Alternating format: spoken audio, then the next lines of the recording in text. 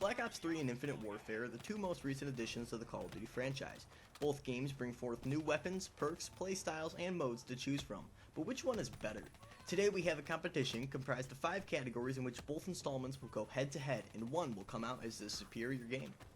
Each category will begin with Black Ops 3 followed by Infinite Warfare. Whoever has the most points at the end will become victorious. Keep in mind that this versus episode only pins these two games mentioned up against each other. Any other installments into the series will be left out unless it is required in terms of storyline. Whatever game wins does not mean it is the best Call of Duty game, but just the best one out of these two options. Now keep in mind there are 5 categories here, and there are definitely some other categories that would either make the game better or worse in terms of certain opinions, which may in fact change who actually wins in the end. These are just out of the 5 categories that I came up with. Let's begin. Round 1, Campaign. This category will talk about the characters and gameplay and will not be spoiling any major plot points in either game. The Black Ops 3 campaign left much to be desired. While the gameplay itself was not terrible by any means, the actual content of the story was not so great. As an installment in the Black Ops series, Black Ops 3 should continue to follow the events of Black Ops 1 and 2. But the confusing plot points and the lack of tie-ins into the last installments left many players confused. Almost no mentions of Woods, Mason, Menendez, or any of these characters from the previous games were made. And when they were, it didn't really feel like they held much weight. Playing as none of these characters from the past games and having the story be confusing and boring left many players disappointed. The Black Ops title felt it was added more for brand recognition as opposed to a continuation of the series. Infinite Warfare's campaign was probably one of the better the series has actually seen. The whole space setting did turn a lot of people off, but playing through the campaign felt fresh and new. Characters such as Ethan, Salt, and your character, Commander Reyes, all felt familiar and fit well in the setting. While Reyes was sort of a cliche character, he still fit well into the game. Ethan, my personal favorite, was a breath of fresh air. Many thought robots in this game would severely hurt it as seen in the trailer, but characters like Ethan definitely made the campaign a little more enjoyable. The whole plot of the campaign made sense, some questions were unanswered, but many more were fulfilled. Some parts of the campaign seemed very linear, while others kind of left questions. The ending of the game switched it up a bit, and I felt that was a good change for the series. The addition of the side missions was also different. It's not the first time we've had them. We did have them in Black Ops 2, but it was definitely nice to have that little extra content in there, and the ability to get that better gear and more weapons, and it was definitely a nice addition to the game. Overall, the setting, missions, and the gameplay felt pretty well intact, and it made the whole experience better. And for that, the first round is going to Infinite Warfare. Call of Duty and zombies are basically inseparable at this point, and because of that, both installments have this game mode. Black Ops 3 Zombies had its ups and downs, bringing back some of the characters we all knew and loved, while also adding some new ones. Shadows of Evil had mixed reviews, but was generally positive. While it's a fun and great looking map, many of the steps required in order to get to the Pack-a-Punch seemed like a bit much. You had to do 4 rituals and get some gate worms in order to get to the Pack-a-Punch, which many people didn't like, because it did feel like a grind, and it was. They also added the Margwa and the Parasite, which many thought would definitely change the game, but it definitely did not. It just made it a little more enjoyable, just changed it up a bit, but did not really make the game unplayable. The Der Riese remake was a pre-order bonus, and it's exactly what it sounds like. It's Der Riese, looks better, with Black Ops 3 weapons. The Rise and Drak is regarded as one of the best zombie maps of all times in terms of story, Easter eggs, and in addition to the bows, it offered a lot to the community, and it was going to be hard to beat that in the upcoming maps.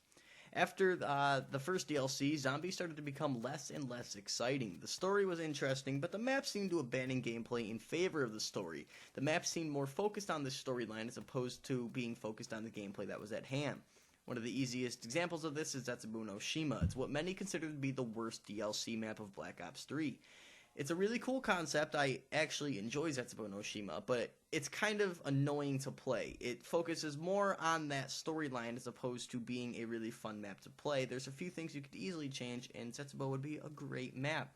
Gorod Krovi had some mixed reviews. Many of the classic zombies player didn't really like the addition of dragons into the story. I was not a huge fan. They're not really a huge part of the story, just a part of the map. In terms of what many people think, dragons are more of a fantasy item. While zombies aren't realistic either, they kind of just want zombies to be zombies, and dragons can stay in their own thing. The addition of the dragons into Gorod Krovi didn't make too much sense to a ton of people, and they didn't really enjoy it. But then there's Revelations. It's a fun map to play with friends, but the Easter egg ending destroyed the community. In theory, Revelations is a great map. You take some of the best parts of some other maps that we all knew, like Nocturne Toten, Mob of the Dead, Zombie Verrucht, You have Shangri-La, and you have many different maps from all the other Treyarch games converged into one, which is a great concept. It seems like fan service, and it is, but then the Easter egg is basically what destroyed the community. The ending cutscene caused a large uproar, and you still got people thinking there's a super Easter egg to this day. The ending cutscene to Revelations, it definitely hurt the community, but for overall, Black Ops 3, it was off to a really good start. But then Der Eisendrache was one of the greatest maps, but then it kind of fell off track in favor of that story over gameplay. But there's still a huge community for Black Ops 3 Zombies, and it survived all the way up to Infinite Warfare Zombies. So Black Ops 3 Zombies never really died off, it just, many parts seemed weaker as the year progressed. Infinite Warfare Zombies has an overall good reception. While this category is a little hard to judge, being that there's only one map for Infinite Warfare, it seems to be off to a very strong start. Zombies in Spaceland abandons all the seriousness of zombies and trades it for a more fun approach. Set in an 80s theme park, Zombies in Spaceland offers a lot to the community. Many people wanted the theme park zombies map. If they didn't have a PC to play custom zombies, now they have it. While the weapons do seem a little weak, the map design itself was very pleasing, with the ability to carry more than 4 perks at a time, and fun things like the arcade and the roller coaster ride. Infinite Warfare Zombies seems to be off to a great start. We'll see what the DLC season holds for us, but for now, Infinite Warfare is taking the cake this round, because it definitely changed up a lot of what Zombies had to offer for a more fun approach, and most of the community seems to be on board with Infinite Warfare Zombies, and that's why it's going to win this round. Round 3, Marketing. Black Ops 3 had some amazing marketing along with it. The use of Paint It Black by the Rolling Stones and Till It's Gone by Yelawolf and their trailers definitely set the hype train on its way. Each DLC pack had some sort of trailer to go along with it. Each DLC pack had a trailer for zombies and a trailer for the 4 maps that would be coming along in the pack. The marketing in Black Ops 3 was plentiful, releasing many different teasers and trailers even before the game came out, let everyone know what that year's Call of Duty was going to be. Every trailer was perfectly made and really got the community looking forward to what was coming next. Treyarch definitely knows how to hype anything up.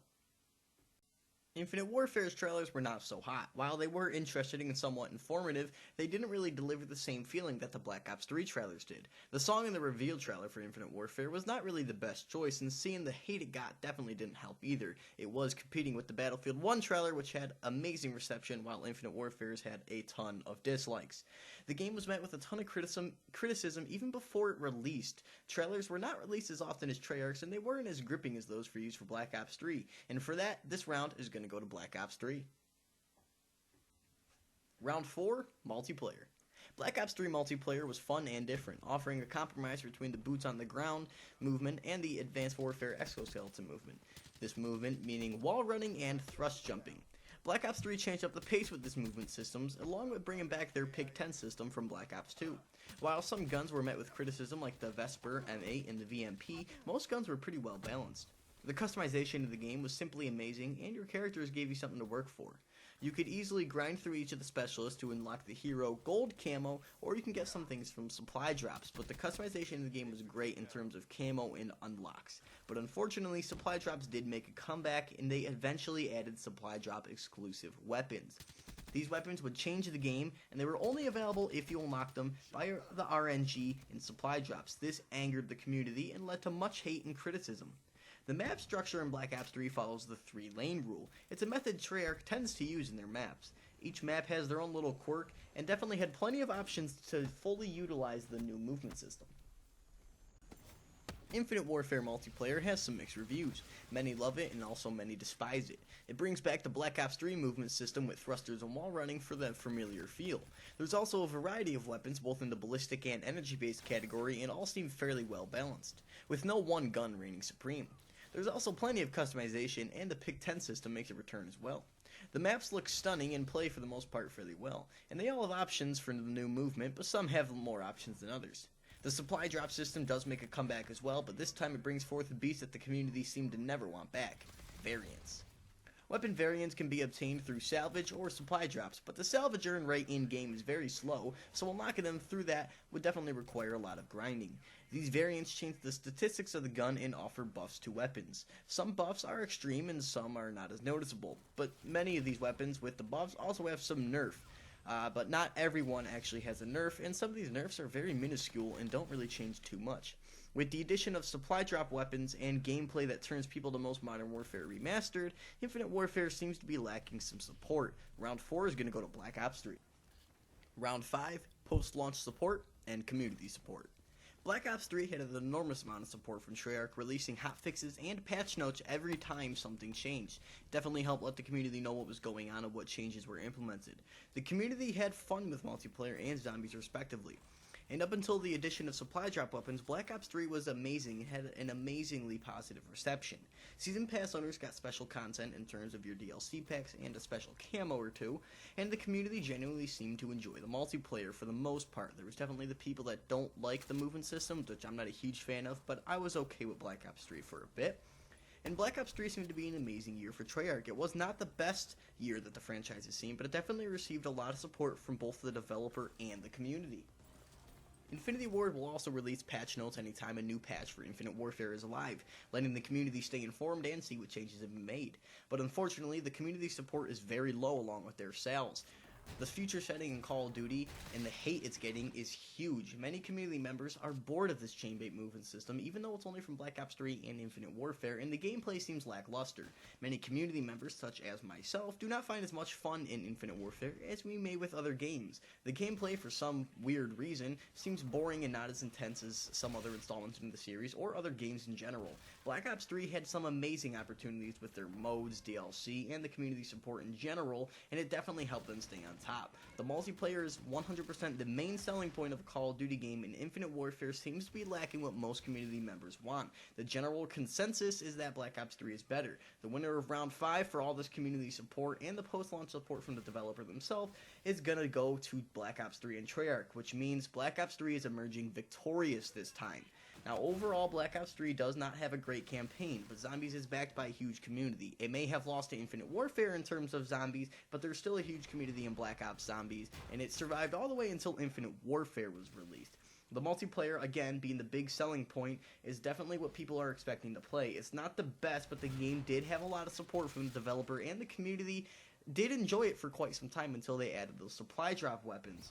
Infinite Warfare does have a really great campaign and a huge zombies community as well, but the multiplayer and how they advertised everything didn't necessarily help. The addition of these variants into this game definitely doesn't help either, because many people do not like the fact that a variant can change the way the game plays, especially because you can't really tell if they're using a variant. So that's all the reasons that Black Ops 3 is going to get the upper hand. They're going to come out on top. The movement systems are still similar in both games though, but the Infinite Warfare multiplayer definitely has some problems. All these things can be worked out in the future, whether it be their maps, their weapon tuning, lag compensation, and all that. All that stuff can be fixed in patches. It's definitely a new game, and it has a long way to go, but Black Ops 3 seems to have the overall better perception from the community and everyone else in general. So for that reason, Black Ops 3 is on top. I'd like to thank you guys for sticking around and watching this video of Black Ops 3 versus Infinite Warfare. I know there's definitely some other opinions. Some people definitely like Infinite Warfare than Black Ops 3, and vice versa. This is just a video I wanted to make. I had it in my mind for quite some time, and I definitely took a lot of time to write the script and a lot of time to edit this video. I really hope this shows through. Did you like the video? Did you hate the video? Why don't you let me know in the comments down below. Any criticism and any feedback I get is definitely appreciated. I'll take it all to heart, and I thank you guys for sticking around, watching this video, and I will see you guys in the next one. Cheerio, mates!